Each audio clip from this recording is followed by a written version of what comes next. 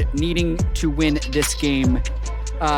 It's easily the most important game either of these teams have played at Worlds so far. So the last time these teams played against each other, Loud actually amassed a 3,500 gold lead by 23 minutes and threw at Baron.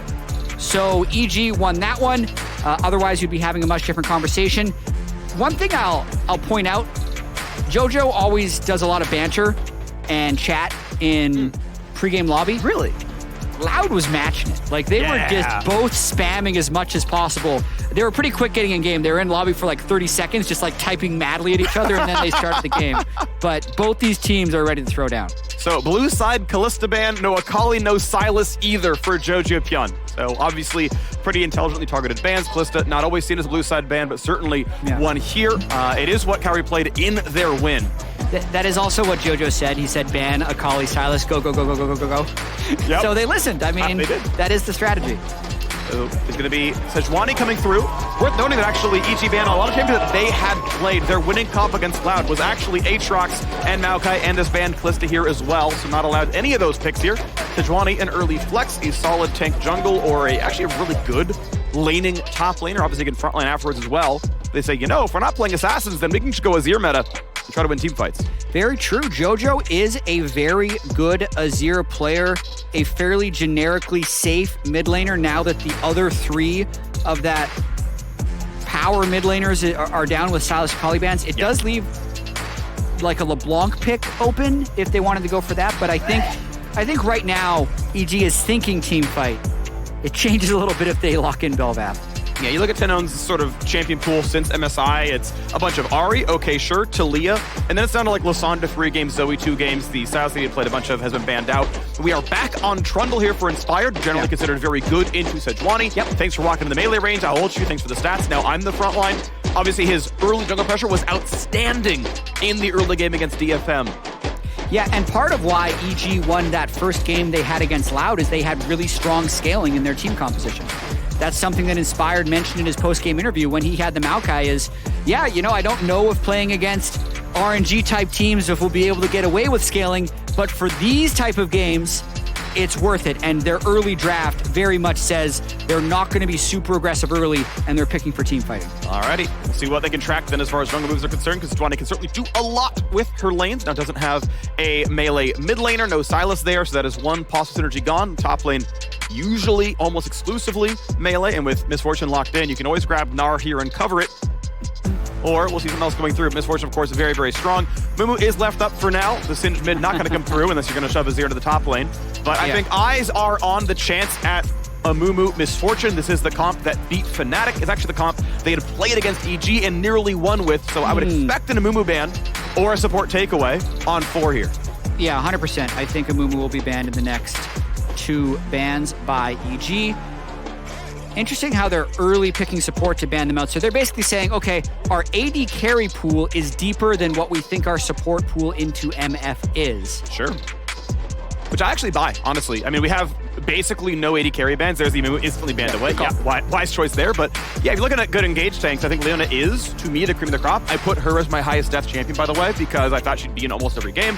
And supports tend to die, unfortunately. They don't get very much gold. So, you know, I know there's a bunch of like Nautilus chatters in Reddit every time, but I'm like, no, it needs to be Leona. Come on, be on it.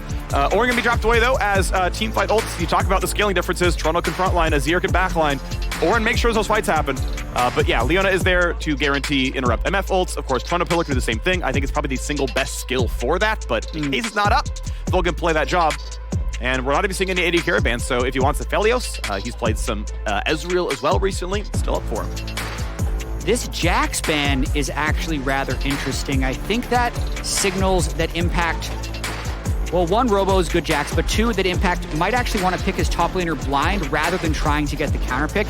It's something he's done for most of his career. He's just been so good at blind picking top laners. It'll also allow Kaori to have a longer look at AD carry if they choose that. Or, you know, they can just throw down and pick Draven, but we'll see. If you want to play through exactly one lane, if you're like, we're going to have jungle prio, this is us, and it's like, well, Draven Leona has you under your tower, and we think we can trap Brock, then like, I can see it, but this is the, we definitely win the 35-minute team fights, deal with it. Goes a little bit somewhere else. Okay, Kai'Sa, I would argue is actually slightly less of a strong laner than the Aphelios. I actually think Aphelios should be prioritized over Kai'Sa from what I've seen from these players. Certainly she's very dynamic, right? If you get a good pick, Pillar will add a plasma attack, you can ult on, you can follow through, you assassinate someone. If you're trying to be a little more aggressive, a little more hyperactive, like that'll land. But much less safety for the backline. Yeah, I do think that Aphelios there is also very killable. Sejuani, Taliyah, Misfortune can get on him. Whereas the last angle they picked Aphelios in, they had a Thresh to peel. So understandable, but they don't have that many synergies throughout the rest of the team composition for Kai'Sa yet. And they did actually choose to counterpick Impact's top laner instead of counterpicking AD as 5th. Technically, Taliyah's flexible. Taliyah could jungle. Zach could go mid. I don't know if it's exactly an Azir counter. Taliyah mid, of course, far more likely. It's in the pool. And we get Viego out of the jungle. So it is Sedge top after all. Decides that this is what I want. I want to play it out this way. Fair enough here. This wouldn't be the worst Mordekaiser, actually, for Impact. Speaking my language. But he's got some options here. Nara's still available if they want to be generic. Yep. Oh, I like this more. I actually like this spread a lot. More damage scaling from the 3 carry lanes, by the way. We've got front line, we've got team fight engaged. Not a lot of disengage, to be fair. Oh. It's the Mordekaiser angle. Yes, we are there again. Trust your instincts, freak. Woo! I saw the angle. You were right, got the angle. GP would have been really good, too, against Misfortune in team fights, just being able to drop the ult on her head. But there's a lot of good targets for the Mordekaiser. And this is what we talked about as well. When you're up against Nautilus, he can just take the Nautilus out at the start of any fight, blow through that guy, and then basically the Mordekaiser can take out one front line, the Trundle can take out the other front line, and it can let them mow through the fights with the Azir damage. So this is a champion Impact is very practiced with. In my opinion, it's just this weird feeling. Impact just does more damage on Mordekaiser than other players. But we'll have to see, because the last time they played Loud, they were down 3,500 gold to 20 minutes. Loud might have been able to get in range for the stun that was fully stacked up on him as well.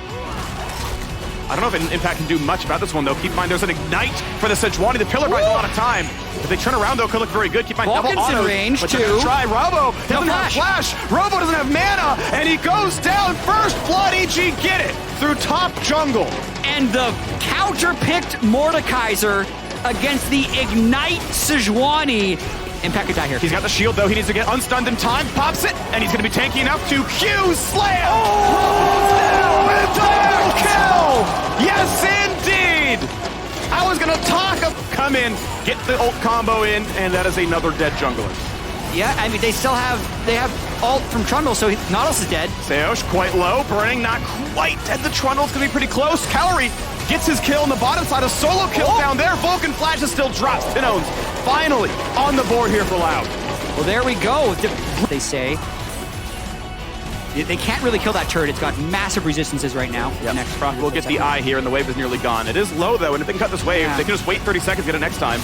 Carry puts in what damage he can. Everyone's actually pretty good here. Stopwatch is forced out of Vulcan. Pretty crucial. Wants to dive in, lands a stun, and here comes the rest, but is it enough? Vulcan drops 1 for 0, and here comes Viego for more. He dives the backline. He traded 1 for 1. Still a fight. Victory for Loud. Without Mordekaiser, his TP is down. They take a fight, and they go up in it. Definitely the fight that Loud dreams of. A fight that is 4v4 in between their own turrets, and no Mordekaiser is to be seen. That's the priest, but is there even a play? Does he walk up for Robo? You can see he's kind of frontlining. Pops an early shield, gets smited, and he just grabs Seosh. That is a guaranteed kill, Nautilus. Not much else you can do. Well, he's got a good job hiding. But the rest of the squad can come around, so here comes the play. And there's not much else for him to get out of this one. A scoop comes through for the Azir. Tino's over the wall, flash to safety. There's the kill, as Robo's already gone. Inspired sticking onto him, and the reinforcements just will not arrive. He dances around pillars and hands the kill off. A double through for Cowrie. Here, Cowrie, have some gold. Yes. That's inspired in the end of that fight. Plays lets you ping your target better, but Demonic is how you burn them down faster if you know they're stuck anyway. Just gets the charge. Not really any follow-up damage to the turret. The rest of Loud came down in time. Stun going to be attempted. Yeah, they know they have a temporary 5v4. And when will the TV come down? Finally now comes through. A fling back. It's so much damage, and Inspired will drop. But the team fight could be good. He ults Croc, and the killer buys a second, but you're still always killing this man. He ults, he's still stuck. The stopwatch burned. He does have flash, and it means he lives. Health bar low, but there's no fight left, or is there? Impact shuts up. He needs a shield. Doesn't have it, but the dive in is good enough for Azir. A double kill, and it's a re-engage. Just Inspired, they nearly get Impact, but then because they could not finish him off, the damage just doesn't stop. But yeah, they basically just fire at JoJo. Inspired then looks to kind of play a little bit of frontline, but gets hooked, can't ult early enough, and they burst him down. So from here, I also like how much time Croc buys. So he knows he has flash ult. There's an actual circle we can't see here. That's the end of the Mordekaiser ulti. Stopwatch again, he's only gonna get to do that once. Flashes out afterwards to stay alive, and now Impact is overextended, but now you can see how much that demonic just keeps burning with the EQ landing from Impact. JoJo picks up the double. Harry cleans up the clear. It'll get him. I think that kill would have been huge. That would have been someone getting shut down. I mean, he was down to like 120 health, right? Like, Triumph just... Also just take the Baron. Yeah, Squire's Bloom reveals, but there's a blast plant. He can always ult in. Mordekaiser's nowhere near. Well, they really can't burn this one too much already. They've killed one and looking for a little bit more. Now pushing over the wall. Croc can steal it. Mortality is up though, so they can get vision on him. Impact holds left-hand side. They don't see him. They still don't indeed. 1600, he's got to see him. Blocks the ulti. And now Croc can't do anything. Of course, he's going to go back to full anyway. The rest of the fight is going to be a freebie. Impact knows he can shield in a second, and that ulti means nothing. You save the shield for a third. He gets the kill. Actually, a raw solo kill in the Death Realm. And this one is going to mean Baron. Tinones respawns, it doesn't matter. And Baron will be claimed. Evil Geniuses scaling in the play-in group stage and nearly sealing the deal in the second seed. Yeah, 11,000 gold lead now. But with how far ahead they are, Impact is literally just waiting until he can see Viego. And since Viego doesn't want to be shown anyway, there's only 3 people on Loud that can fight. Look at Impact just walk through that Misfortune ultimate. Oh yeah, by the way. Yeah, loses his shield. And from there, now there's only 2 people on Loud that can fight, Robo and Brand. So it's just pretty hopeless with them trying to buy time for a possible Baron steal. Well played by EG overall, not being impatient, not flipping the Baron, and slowly killing every member of Loud. Yeah. What's funny is by happenstance, Croc could have ulted to immune Mortal. You are unstoppable. I think Unstoppable should break Mortal. If I believe that correctly. I could be wrong, but that means he actually could have immune. Yeah, nice objective bounty. Oh, that's an ult. Look, that's Robo. That's Robo. He'll stun. He buys a lot of time with that one, but guess what? You see the little blips. JoJo Fiona here, the burn might kill him. Indeed it does. Demonic Embrace makes Impact godlike 7-0 on the Mordekaiser. That means bot lane turret is down. That means the bot lane inhibitor is down. Impact absolutely throwing EG on his back here. Solo kill in the previous game against DFM on Aatrox. Gets the counter pick Mordekaiser, which has just been so flawlessly piloted this entire game. 23 minutes, and EG is knocking on the door of their second inhibitor. Mid-tier 2 drops. Here we are on to the third one. In this middle lane, Robo spawns in 1 second. No death from available, so free target access for Loud if they can get it. Wall comes up, and he's going for broke. Mort sequestered away. Ult comes in onto Inspired, puts his own pillar down, and it's going to be a stun. Notice a slow. Will there be a follow-through? Yes, Inspired gets the kill. The shuffle on in, but the stun turns it around. JoJo couldn't stopwatch, but the health bars are high enough. A stun to Vulcan, he will survive the towers with 100 health left, but the re-engage might still be good. Robo wants the front line. Croc hitting for what he can, but Mort comes back in. Q flash gets a kill. He stopwatches. Shield is when? Shield is now, and he is not going to die. Thank you for the Triumph L. Thank you for a couple of more. So low though. Tinone's gonna chase him down. He's got flash the base. But the minion's gonna block a lot of this. Fling, it's gonna hit. It's a stun. It's a great kill. Get a bit of gold back in, but it's a 13,000. Haven't even spawned yet. That's what happens when you get all 3 inhibitors down. Is instead of 1 super in each wave, you get 2. You can see them coming out of the base right now, but it's a long wait. They could stay and wait for it though if they don't get poked too hard. Stopwatch on 2. The crucial solo laners of Evil Geniuses have a Zonia's on the one side, a stopwatch on the other. Should be safe against most scary engages. As wave comes on in, a little bit of poke back and forth. Seismic Chef nearly lands on his fire, but not quite. Still staying alive. Proc on the side. They find that first stun. JoJo gets a stopwatch. Backline dive comes through, and it's going to kill off Bronze. A stopwatch now burned as well to stay alive for longer. Croc back inside the fountain. A flash in. Cowrie gets another. A legendary streak now for the top laner. Impact level 16 on the Mordekaiser, and Cowrie just crushes down the minion wave. Robo will be pulled right back in. Runs to safety, but sniped down by the AD carry. Cowrie, legendary himself, 10-1 and 4. A scoop gives him a double kill. The turrets will fall. Everything will drop. EG put the third L in the tag as the CV LOL will fall to the 3rd seed. Evil Geniuses take second. Impact